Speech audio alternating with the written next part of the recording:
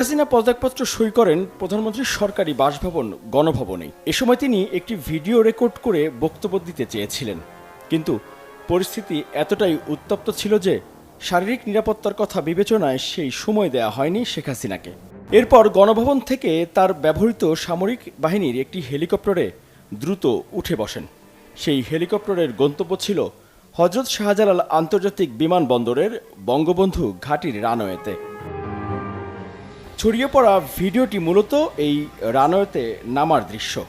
সামরিক হেলিকপ্টার থেকে নেমে কালো রঙের গাড়িতে উঠছেন দুই বোন শেখ হাসিনা ও শেখ রেহানা। এ সময় রানওয়েতে সবাই ছিল খুবই ব্যস্ত, তবে তাদের পরের গন্তব্য কোথায় তা জানতেন না উপস্থিত কেউই। কালো গাড়িটিতে করে সাবেক প্রধানমন্ত্রী শেখ হাসিনা ও শেখ রেহানা পাশের রানওয়েতে রাখা বিমান বাহিনীর ট্রান্সপোর্ট উড়োজাহাজ C-130J উদ্দেশ্যে রওনা দেন।